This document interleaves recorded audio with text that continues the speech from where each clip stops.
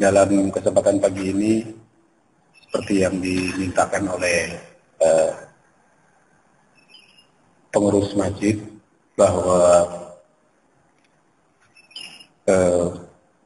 kajian dalam kuliah subuh kali ini membahas tentang keberadaan bank syariah.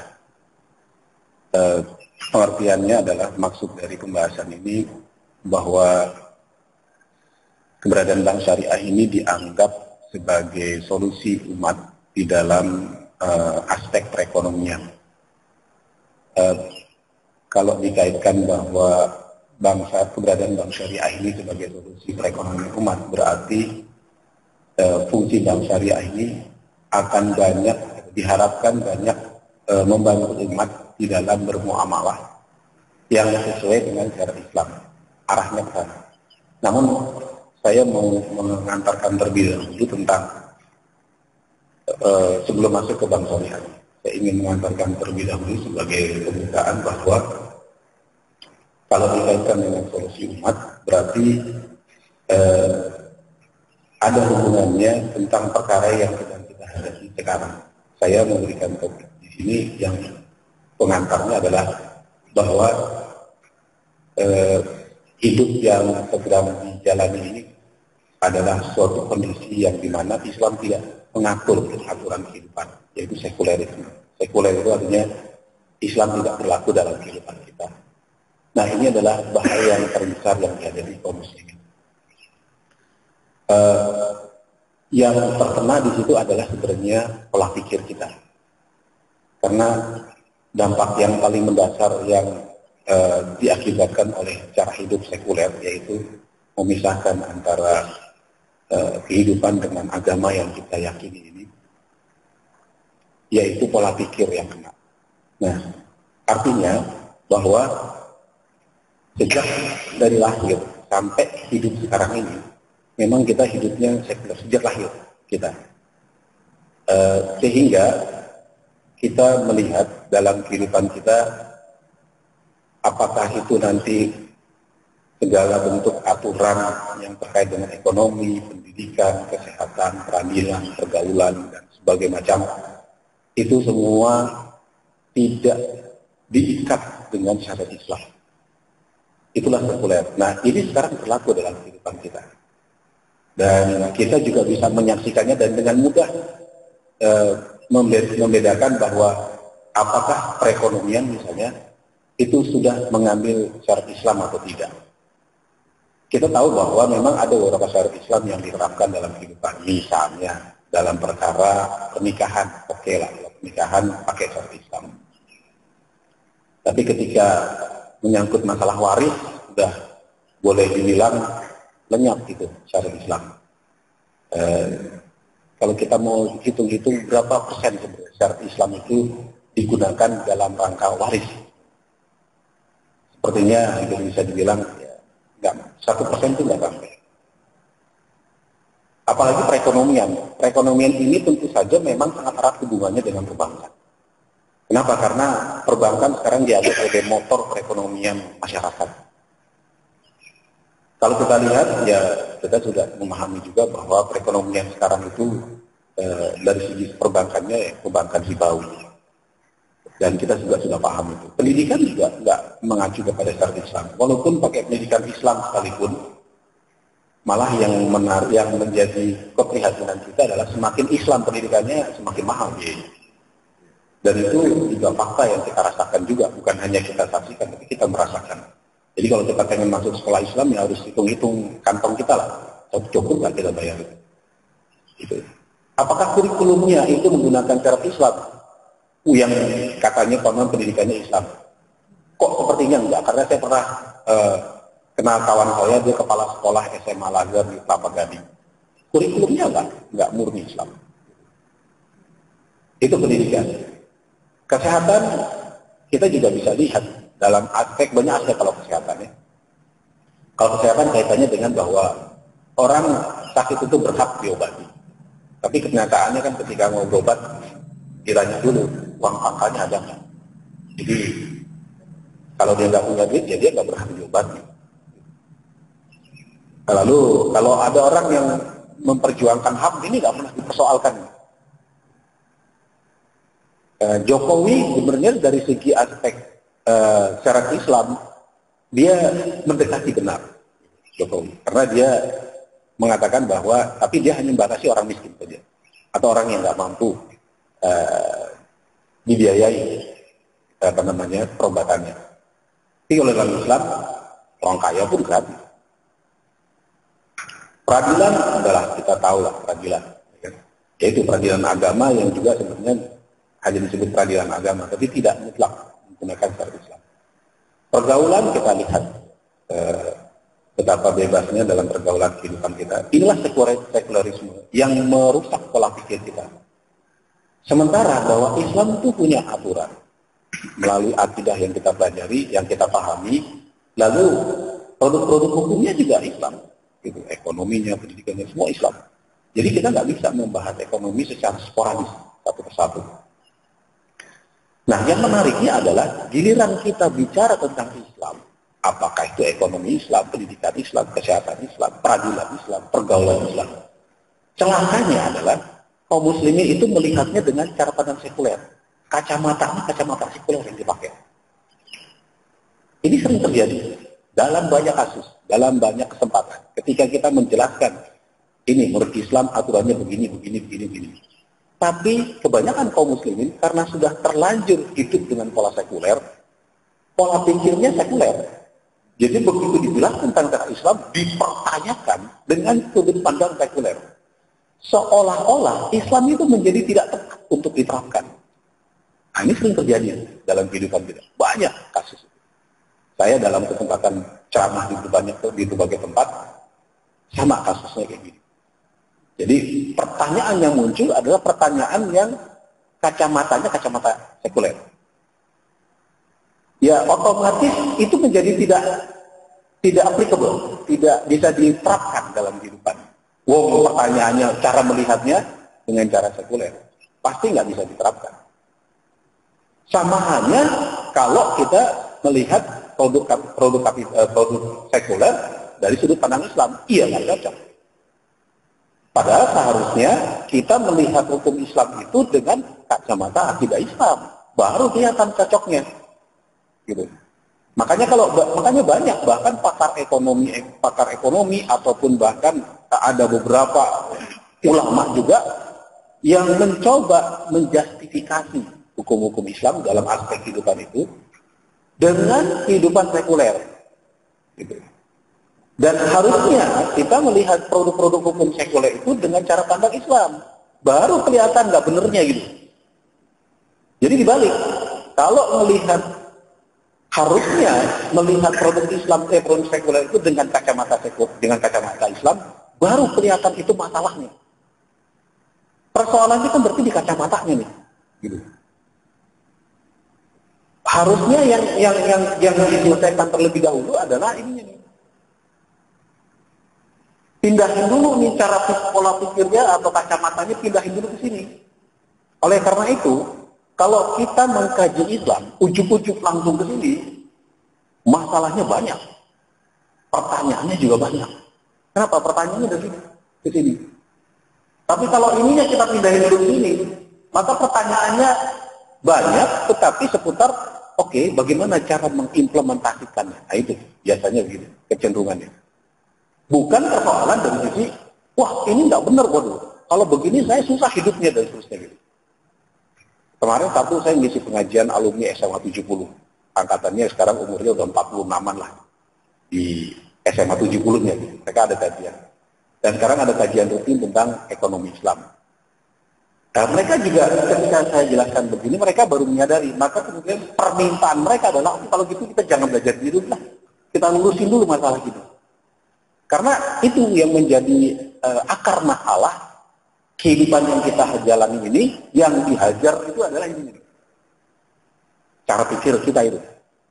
Nah inilah kenapa saya angkat ini sebagai mukadimah, sebagai pembukaan. Nanti ketika kita ngomong perbankan, itu nanti kita melihat dengan kacamata apa nih. Sementara yang sedang kita bahas ini adalah perbankan dari kacamata Islam. Konon katanya bank syariah dalam rangka menyelesaikan persoalan ekonomi masyarakat. Tapi jangan lupa, bank syariah yang ada sekarang dibangun di mana? Bukan di sini loh, bank syariah. Dibangun di sini. Ini udah salah kamar nih. Dibangun di sini. Dengan pola pikir apa? Pola pikir sekuler. Itu bank syariah dibangun seperti itu. Jadi, maka bank syariah lebih cenderung menyesuaikan diri dengan akidah sekuler. Bukan berpatok kepada Islam. Bukan. Jadi ini kecenderungannya. Nah, sekarang kita masuklah ke bank syariah. Belum bilang bank syariah. Jadi, ketika kita melihat itu, kalau dari kacamata Islam, maka yang harus kita selesaikan dulu adalah akidah Islam kita ini. Maksud saya begini loh. Bukannya kita tidak punya akidah Islam, bukan. Tetapi akidah Islam ini harus menjadi patokan dalam melihat segala aspek kehidupan. Gitu. Dalam segala aspek kehidupan. Kenapa? Karena Islam memerintahkan kepada kita untuk menyelesaikan seluruh aspek kehidupan kita dengan cara Islam. Berdasarkan Al-Quran dan Al-Sunnah. Ya? Allah juga mengatakan, "Fahkum bainahum bima anzalallah, wa la tattabi' ahwa'ahum amma ja'aka minal haqq." Putuskan segala urusan kalian dari apa yang diberikan Allah, dan jangan menggunakan hawa nafsu dengan datangnya al-haq, maksudnya Al-Quran. Jadi segala aspek kehidupan harusnya kita pegang melihatnya dengan kacamata akidah. Ada memang beberapa yang kalau kita melakukan suatu aktivitas mengkaitkannya dengan akidah Islam. Contoh sholat subuh. Sholat subuh ya dorongannya akidah pasti. Kalau enggak kayaknya sulit kita mau datang ke masjid ini. Haji, puasa, zakat, boleh jadi itu terkait dengan akidah kita. Tapi bagaimana dengan kehidupan yang lain? Ekonomi, apakah kita kaitkan dengan akidah kita? Apa kita melihatnya dengan akidah kita? Kayaknya sih belum. Itu masalahnya. Jadi inilah kenapa pola hidup sekuler itu dia kebanyakan hanya menyangkut masalah ibadah makhdhuf saja. Tapi ketika ibadah yang bukan makhdhuf atau ghair makhdhuf, itu waduh jauh dari akidah Islam. Dari akidah Islam ini baru kemudian kita tahu bahwa bagaimana sebenarnya kita merujuk kepada akidah Islam tadi. Ada sumber-sumber yang bisa digunakan sebagai tolak ukur.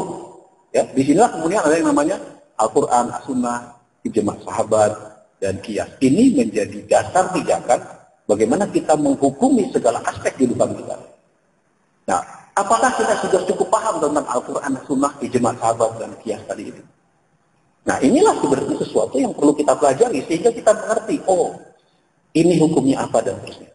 Setelah kita mempelajari aspek, kita merujuk kepada sumber-sumber ini, disitulah kita punya kesimpulan bahwa dalam kehidupan kita hanya ada 5 hukum yang berlaku dalam kehidupan kita. Yang kita kenal dengan ahkamul khamsah. Hukum yang 5. Wajib, sunnah, mubah, makruh, dan haram. Nah, persoalannya nanti ketika kita masuk mempelajari produk-produk bank syariah, nah kita mulai bertanya nih, ini bank syariah ini produknya seperti ini, hukumnya apa? Nah, nggak keluar dari sini. Nggak keluar dari sini. Boleh atau tidak boleh, wajib atau makruh atau haram, nggak keluar dari sini. Ketika kita masuk membahas bank syariah. Jadi seluruh aspek kehidupan kita itu akan merujuk kepada 5 hukum itu. Nah, 5 hukum itu menetapkannya dengan apa sumbernya? Dari yang atas tadi. Kenapa kita merujuk kepada Al-Quran, Sunnah, dan ijma' sahabat dan qiyas?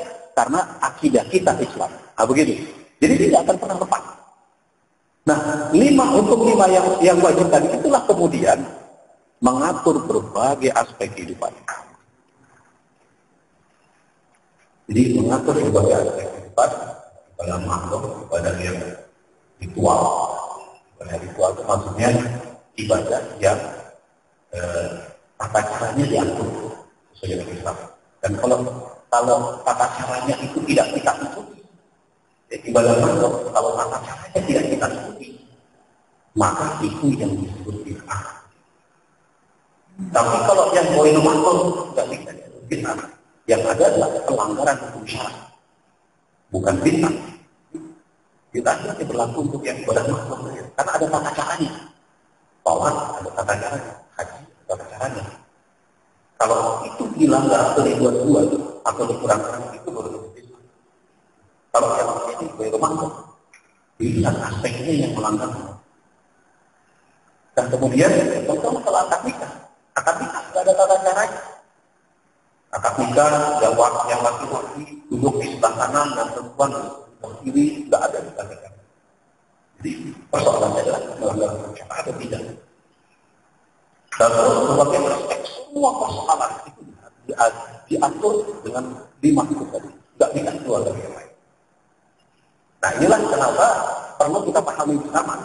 Jadi yang menjadi masalah dalam sekarang, kalau kita nonton televisi kuliah subuh, yang dibahas mana kebanyakan. Kalau kita masuk ke sini, waduh, masyarakat itu pertanyaannya banyak sekali. Kenapa? Ini belum beres. Ini belum beres, langsung masuk ke sini. Ustaz-ustaznya ngajarin, ini boleh, tidak boleh. Ininya nggak jelas diselesaikan dulu. Akhirnya waduh, simpang siur, kebingungan. Disuruh kemudian ketemu, ada ustaz yang cocok, ada ustaz yang nggak cocok. Di situ lah, gara-gara itu. Wah, ini kayaknya penjelasan ustaznya cocok nih. Wah, ini terlalu keras, cocok. Itu persoalan. Nah, sekarang mari kita masuk ke persoalan perbankan yang pembahasan kita ini. Mohon maaf nih, saya masuk dulu ke pendahuluan karena ini menjadi dasar penjelasan pemahaman kita terus dan sebelum kita masuk lebih lagi. Nah, berarti kalau kita membahas perbankan, itu kita langsung monok ke bawah ya tadi. Jadi saya kembalikan lagi, kalau kita masuk ke perbankan, kita menghantam langsung masuk ke situ. Jadi nanti kita jadi bapak yang sekalian ya. Kalau muncul pertanyaan, ini pertanyaannya dari kacamata sekuler atau Islam? Pasti dulu. Karena kita langsung menuju. Apakah di sini ada masalah? Tidak ada masalah. Tapi perlu kita kaitkan apakah akidah kita ini sudah menjadi acuan untuk melihat berbagai aspek ini. Karena contohnya kita melihat perbankan. Katanya perbankan untuk menyelesaikan masalah umat. Oke. Kita pelajari itu. Perbankan itu sebenarnya apa sih? Operasionalnya kayak apa sih? Perbankan di sini ada yang disebut dengan funding, ada yang disebut dengan lending. Funding itu artinya menghimpun dana dari masyarakat. Funding itu menghimpun dana dari masyarakat. Ya kita tahu kan, bahwa bahkan kita juga bagian dari ini kan. Kita nabung, kita simpan uang kita di bank, ya kan? Nah, itu bagi bank operasionalnya funding secara menyeluruh. Funding. Lalu setelah uang itu dikumpulkan masuk ke perbankan dari masyarakat dengan berbagai macam jalur, mulai tabungan, deposito, giro dan seterusnya, maka bank kan harus mengelola uang ini agar bank ini tetap bisa bertahan. Kenapa harus bertahan bank? Karena mengelolanya ini, karena bank di dalam rangka mengumpulkan dana ini dia butuh tenaga kerja kan, dia butuh karyawan. Ya kan? Dan dia butuh karyawan untuk menjual produk ini masyarakat di pasar-pasar, di mal-mal dia jual itu. Maka untuk menggaji mereka itu, dari mana uangnya? Mereka harus mengelola uang ini. Dengan cara apa? Ya dilempar lagi ke masyarakat. Dalam bentuk apa? Istilahnya lending, dalam bentuk pinjaman, kredit, pembiayaan, apapun lah namanya. Misalnya placement atau penempatan dalam valuta asing, dalam bursa dan seterusnya. Jadi bank memiliki sifat dasar yaitu funding dan lending. Itu sifat dasar bank. Sekali dia disebut namanya bank, pasti ini kerjanya. Entah bank apa namanya.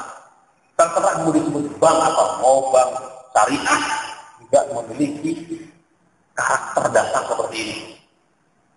Jadi kalau dikatakan bank syariah, karakter dasarnya bank syariah ya ada funding, ada lending, sama pada dasarnya. Sedikit agak lebih detail lagi, ya, konsep dan sistem perbankan syariah. Pertama yang disebut tadi itu dana masyarakat. Masyarakat ada proses penghimpun dana. Ini dalam masuk ke bank syariah, karena kalau bank konvensional kita sudah ngerti. Mudah-mudahan begitu. Dan kemudian apa dana yang disimpan dalam masyarakat? Kelas satu contohnya misalnya wadiah dan mudharabah. Wadiah dan mudharabah ini adalah bentuk simpanan dari masyarakat yang dimasukkan ke dalam bank syariah. Jadi kalau ada wadiah di bank konvensional itu aneh. Ada wadiah di bank konvensional aneh. Tapi nggak aneh kalau ada bank konvensional menjual produk wadiah, nggak aneh. Itu biasa. Kalau itu berarti ada bank konvensional yang dia punya UUS, sebutnya dengan unit usaha syariah. Jadi bank konvensional itu dia punya unit usaha syariah namanya. Nah, bank konvensional juga itu ikut jual produk-produk bank syariah. Jadi misalnya katakanlah bank Hong Kong Shanghai Bank, dia punya unit usaha syariah. Nah, di counter Hong Kong Shanghai Bank tadi itu dia bisa menjual produk syariah. Nah, yang disebut dengan office channeling, nah, sebutnya mereka bahasanya office channeling. Ya. Lalu uang yang disimpan ini dikelola oleh bank syariah, dalam dilempar lagi ke masyarakat dalam bentuk apa? Bagi hasil juga. Di sini ada bagi hasil, di sini bagi hasil, mudharabah, musyarakah, ya kan? Musyarakah itu sharing dana modal, ya. Kemudian jual beli al-bai, dan nanti ada murawahah, ada istisna, ada salam.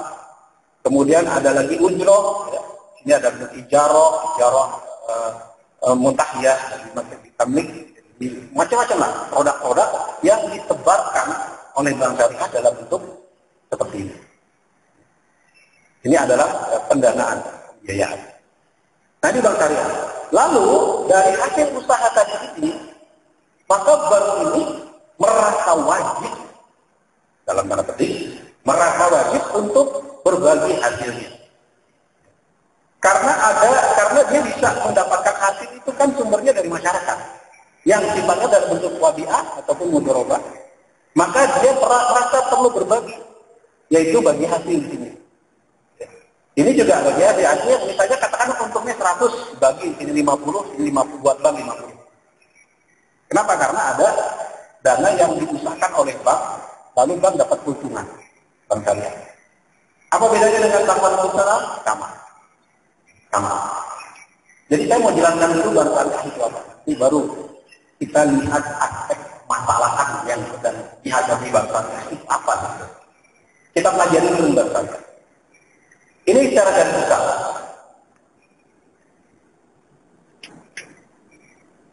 Kita mesti sedikit melihat perbandingannya bank syariah dengan konvensional. Biar kita lebih jelas lagi, ya kan? Masyarakat menyimpan dana di perbankan, ya, yang mengelola dana tadi.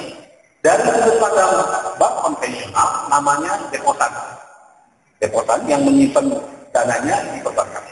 Kalau dari segi bank syariah, namanya sahibul mal.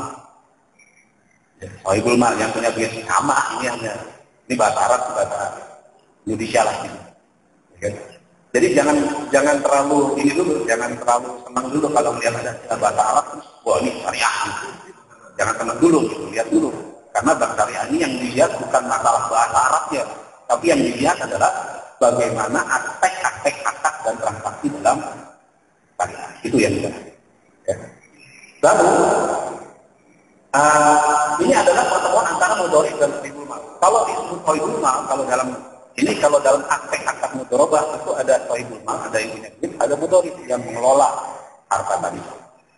Kalau bank konvensional, maka di sini penghimpun dana ya udah dia bank pengelolaannya, ya kan, dikelola. Bentuk produknya apa? Kalau bank konvensional ada tabungan, ada deposito, ada giro. Kalau bank syariah ini ya ada macam-macam tadi yang saya sebutkan tadi. Ya. Dia kalau ini adalah ada pembagian juga membayar bunga tetap.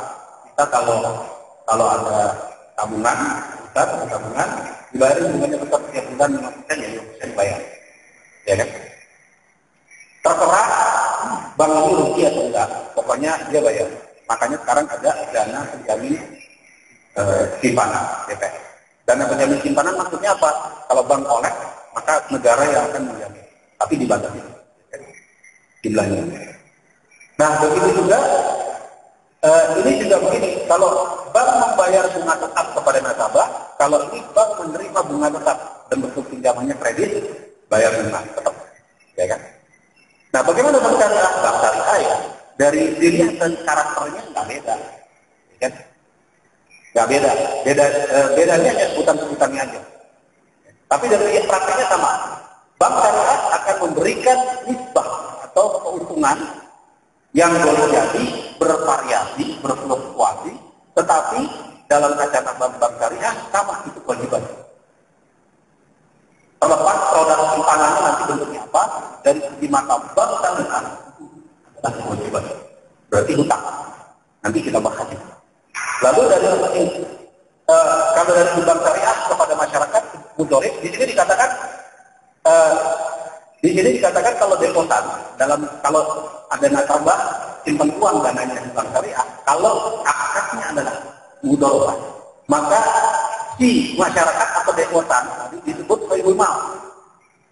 Ketika bank menyalurkan dana masyarakat tadi itu ke masyarakat lagi untuk usaha pembiayaan, maka ada akad lagi di sini. Kalau akadnya mudorobah, jadi dari sini ke sini akadnya mudorobah, dari sini akadnya mudorobah, maka dari sini sohibul mal, bank sebagai mudorib, lalu ketika berakad lagi si bank itu dengan masyarakat, kemudian akadnya akad mudorobah, maka si bank berubah menjadi sohibul mal, masyarakat jadi mudorib. Pertanyaannya, dari mana bank syariah bisa berubah yang tadinya sebagai mudorib sebagai sohibul mal? Padahal uangnya bukan uang bank. Ini persoalan kan? Kok bisa? Akad pertamanya dia sebagai mudorib, lalu dia berubah dirinya ketika berakad dengan pihak debitur, katakanlah. Ini kalau dibilang istilah lain kreditur, ini debitur, dia berubah dirinya menjadi sahibul mal. Sahibul mal artinya apa? Dia yang punya uang. Padahal apakah bank yang punya uang? Bukan. Siapa yang punya uang? Masyarakat. Kenapa dia berubah dirinya yang terjadi dengan mudorib menjadi sahibul mal? Dan dia berakad dengan orang lain atas nama diri dia, bukan atas nama nasabahnya. Dia berakad sebagai sahibul mal, padahal bukan dia yang punya diri. Nah, ini pertanyaan paling mendasar pertanyaan. Ini sudah tentu persoalan nih. Ya. Kalau bank konvensional gimana? Bank konvensional aturannya bukan aturan Islam ya, terserah mereka. Dan nggak perlu dibahas. Maksudnya nggak perlu dibahas apa? Udah pasti salah. Gitu. Jadi bukannya nggak dibahas itu benar, bukan. Udah pasti salah orang dia nggak pakai Islam kok. Bank konvensional nggak pakai Islam gimana benernya? Ya. Dalam aspek ini, gitu ya. Karena ada bank konvensional juga yang sebenarnya tidak bertentangan dengan hukum syariat. Ya. Selama ya, contohlah kalau kita nyimpan uang gitu, nyimpan emas di safe deposit box, ya, nyimpan emas nih. Di bank swasta ke, bank konvensional ke, bank syariah ke, kita taruh emas kita di deposit box, maka akad kita apa? Nyimpan, titip, penitipan. Nah, kalau titip kita kena biaya administrasi doang. Dalam aspek Islam sebenarnya itu nggak masalah, nggak bertentangan.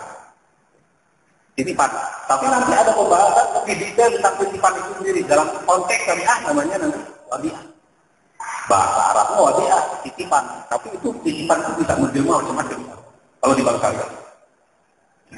Jadi Bapak Ibu sekalian, dalam aspek ini kita sekarang bisa lihat perbedaannya antara bank syariah dengan bank konvensional. Pertanyaan yang paling mendasar muncul adalah, itu sudah muncul persoalan adalah, ketika bank konvensional itu menerima dana dari masyarakat, dia salurkan ke masyarakat lagi sebagai pembiayaan atau kredit. Kalau ini adalah simpanan, maka bank konvensional itu dia memiliki kewajiban karena uang yang disimpan di masyarakat itu oleh bank konvensional disebut sebagai utang. Jadi seolah-olah bank konvensional itu pinjam uang dari masyarakat. Makanya bank wajib mengembalikan lagi dalam bentuk modal dan sekaligus bunganya. Begitu juga ketika bank konvensional ketika dia menyalurkan dana ke masyarakat lagi sebagai pinjaman, maka bank merasa bahwa uang itu uang dia, orang dia pinjam dari masyarakat ya uang dia. Yang mereka kita pinjam uang dari kawan kita, tetangga kita pinjam uang, kita bisa pakai untuk macam-macam. Nah, bank konvensional ya sama begitu. Ya. Bank syariah gimana? Dari segi akadnya, mari kita teliti satu persatu. Karena dalam masalah Islam, dalam perkara Islam, tidak bisa hanya sekedar dia kemudian mengelola dana begitu saja. Harus dilihat akadnya apa. Oleh karena itu, para ulama sebenarnya melihat persoalan muamalah itu sampai mengatakan Seolah-olah niat tidak dibutuhkan. Saking pentingnya akad. Maksudnya apa? Akadnya sempurna dulu. Ada juga jual beli. Nanti kita lihat produk jual belinya. Tapi kita lihat aja langsung ke bank syariah. Soalnya kayak malas ngurusin bank konvensional. Kita bahasnya langsung bank syariah. Kita langsung bisa tahu. Ini berarti gambaran ini menggambarkan bank syariah sudah terima dana dari masyarakat. Lalu dia bertransaksi dengan pihak ketiga, siapapun mereka yang disebut nasabah, bertransaksi dalam bentuk al-bai, jual beli. Al-bai itu bahasa Arabnya, bahasa Indonesia-nya jual beli, sama aja. Jadi bukan dibilang al-bai lalu Islam, enggak juga. Jual beli narkoba juga dalam bahasa Arab al-bai.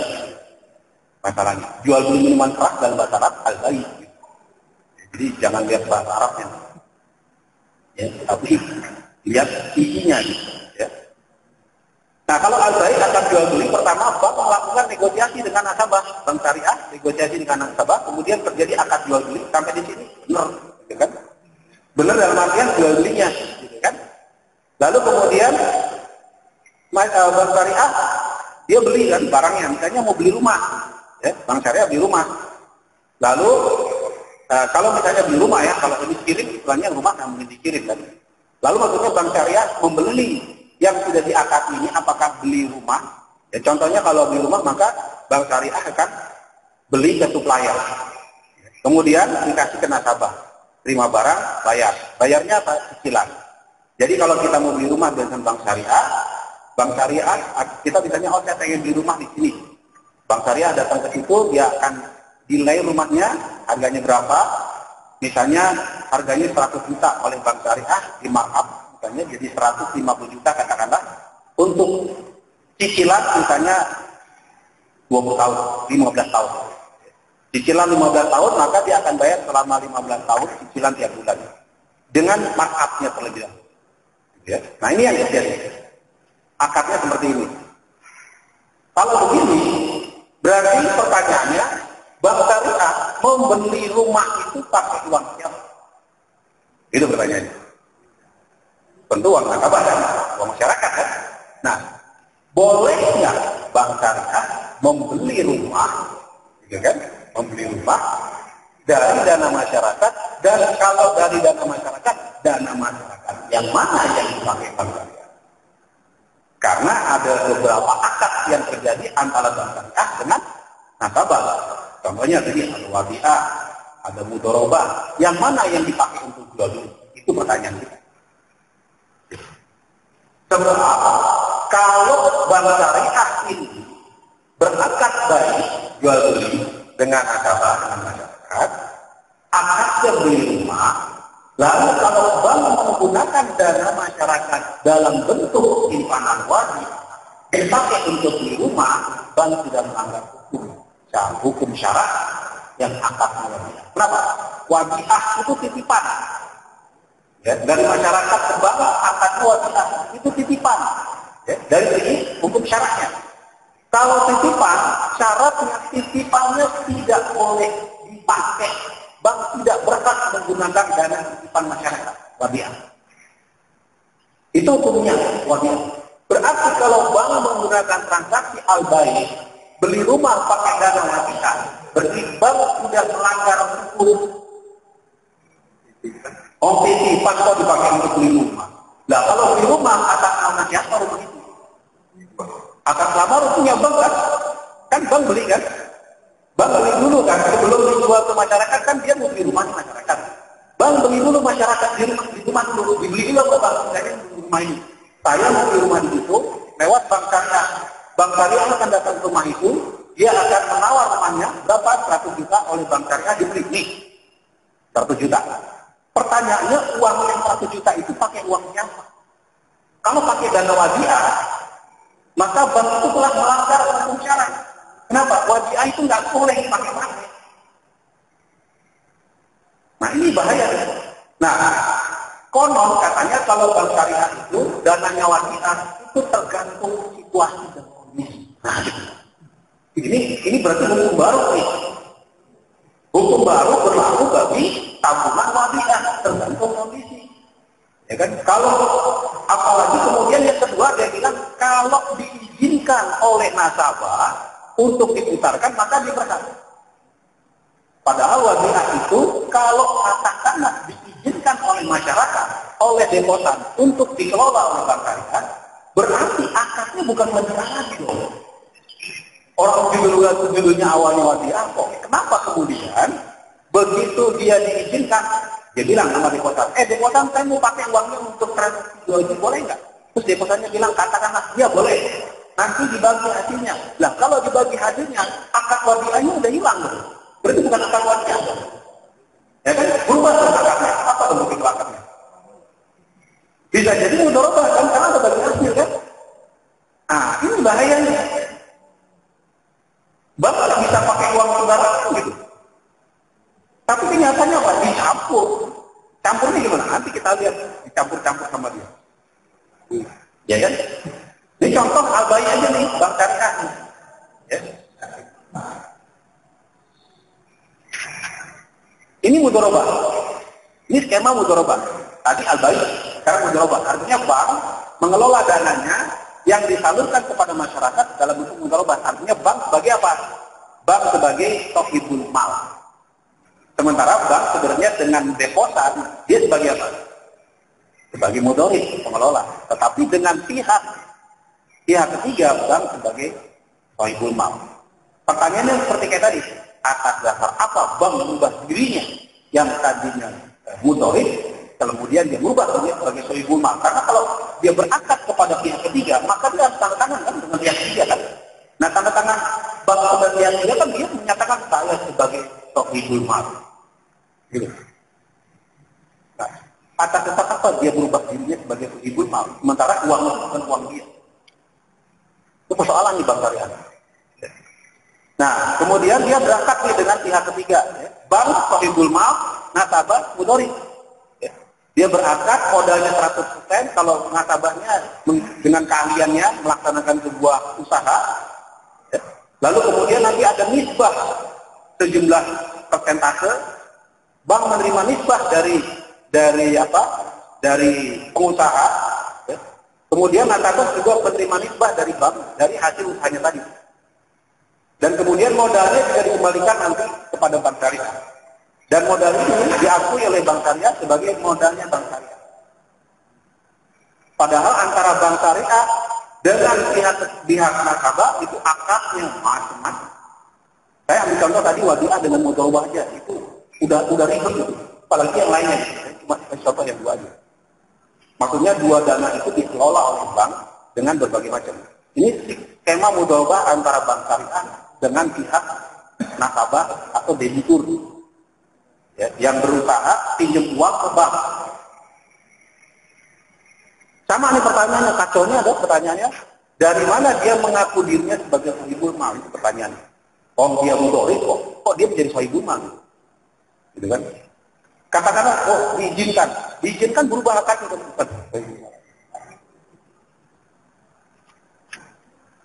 Musyarakah itu adalah sharing modal antara bank dengan pihak ketiga. Musyarakah juga begitu. Dia bentuknya kemitraan. Ya, ada proyek usaha, kemudian intinya sama juga nih. Kok bank bisa musyarakah dengan pihak lain, sementara dananya bukan dana dia. Sementara bank mengatakan, saya menyetor modal saya sekian, si nasabah setor modal saya sekian. Yang disebut modal oleh bank syariah ini uang yang mana? Itu pertanyaan juga. Ya kan? Kalau ini hanya sama dengan bagi hasilnya tadi untuk usaha, dapat hasil, kemudian dibagi. Ya, skema musyarakah juga masalah. Nah, ini operasional bank syariah. Itu makin lama makin jimat, nggak apa-apa ya.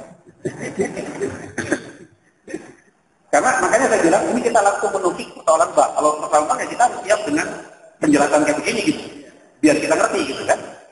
Nah, jadi kalau bapak ibu sekalian bilang nggak ngerti, ya wajar gitu. Memang ini masalah yang jelimet. Gitu. Nah, pertama kita lihat dari aspek ini sama sih sebenarnya, cuma makin lama makin tebal aja gitu. Tadinya dari besar funding, ada funding, ada lending gitu kan. Nah, sekarang funding lendingnya nih dibikin sedikit lebih ramai aja gitu. Artinya makin ramai dia makin nggak jelas untuk uangnya. Itu maksudnya. Ya kan? Bukan makin jelas, makin nggak jelas. Tapi kalau kita melihatnya transaksi ini dengan kacamata akidah Islam, jelas. Kalau melihatnya dengan akidah sekuler, nggak jelas. Gitu.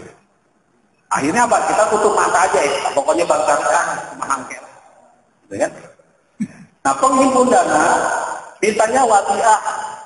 Nah, dia bilang ada istilah wadiah yang domanah. Ya kan?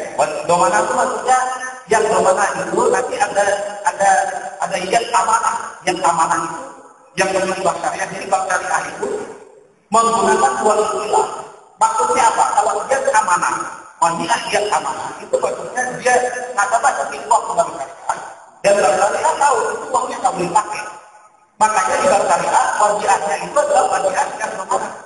Yaitu wadiah yang kalau nasabah memberikan izin untuk bank mengelola dananya. Nah, gitu. Ini disebut-sebut dengan jasa mana? Ini istilah ini mengacau. Wadiah, mana wadiah? Kalau kita lihat dalam kitab fikih ya. Cuma sekarang fikih sekarang begitu kan. Kenapa? Saya katakan ulama-ulama menjustifikasi, menyesuaikan diri kata-kata ketika dengan cara sekuler. Akhirnya apa? Ada istilah tambahan-tambahan arah Islam gitu kan. Orang sudah oke. Diterima lah. Paham bangunan. Misalkan. Kemudian ada mudoro bahasa Allah. Ya kan? Yang tidak terkait dengan investasi dan lain-lain. Ya. Lalu inilah dan kemudian menjadi sumber dana masyarakat. Kenapa disebut pooling dana? Diambil sebaliknya. Itu pooling dana ya. Jadi kalau pooling dana itu dana yang akadnya berbeda tadi dipooling, digabungkan akadnya. Lalu diputarkan, disalurkan ke masyarakat dalam bentuk apa? Ada kreditan hasil, ada jual beli. Contohnya ada bagi hasil jual beli, kalau bagi hasil ada bagi hasilnya. Lalu kalau jual beli ada margin. Nah semuanya itu nanti masuk ke bank. Menjadi pendapatan bank. Lalu itu pendapatan bank itu ada laporan rugi laba nanti ada bagi hasil. Gitu. Ya. Ada bagi hasilnya itu nanti antara bank untuk diputar. Maksud saja, saya ingin mempertanyakan pertanyaan-pertanyaan dari mana bank? Atas dasar apa bank? Itu pertanyaan-pertanyaan saya. Dari mana bank bisa menggunakan dananya kalau dananya akan mewajibkan, lalu dia berakad mengubah, dari mana dia mendapat hak untuk mengelola dana masyarakat pada masyarakat. Lalu atas dasar apa kalau dia akan mengubah, dia bisa berakad mengubah lagi dengan lain yang tadinya bank sebagai motorik, lalu dia ubah dirinya menjadi sahibul hak atas dasar apa? Jadi dari mana atas dasar apa bank mengelola dana masyarakat itu? Lalu pertanyaannya, kalau ini jadi pooling dana bank syariah, berarti dana wadiah dan mudorobah dan dana-dana lain yang dicampur amannya lalu dikelola. Padahal dalam mengelola dana, bank harusnya mengelola wadiah mudorobah dan mudorobah. Dan artinya kalau dana mudorobah, dia nggak bisa cuma menyalurkan dananya dan mudorobah lagi pada yang ketiga lakukan. Ini akan mudorobah menjadi pengelola. Makanya seharusnya kalau bank syariah menjadi pengelola, bank itu punya dia tidak kayak kartu, punya jaya. Itu baru akal. Maksudnya begini, kita punya uang, nasabah simpan dana di bank, masih bank syariah, tapi bank syariah di belakang ada jalan dia punya akal, punya pemakaman, katakan begitu. Nah, jadi dana kita yang kita simpan di bank itu penyertaan kita ikut modal dalam usaha dari atau Korea.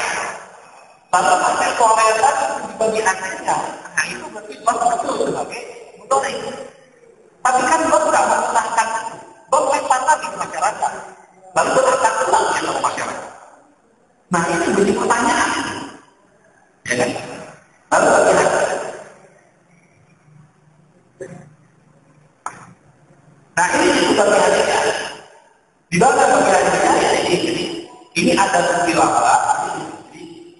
laba berubah, dibagi oleh dia, ada pendapatan untuk mengelola, dibagi ada ini ribet ya. Saya akan mau menjelaskan ini. Ini penjelasan lebih detail bagaimana yang terjadi di dalam bank, tetapi ini sama yang itu. terima uang dari masyarakat, dikelola lagi sama bank, nanti hasilnya dibagikan kepada masyarakat lagi. Buat para bagian, buat masyarakat bagian. Cuma ini saya kasih data lebih detail lagi.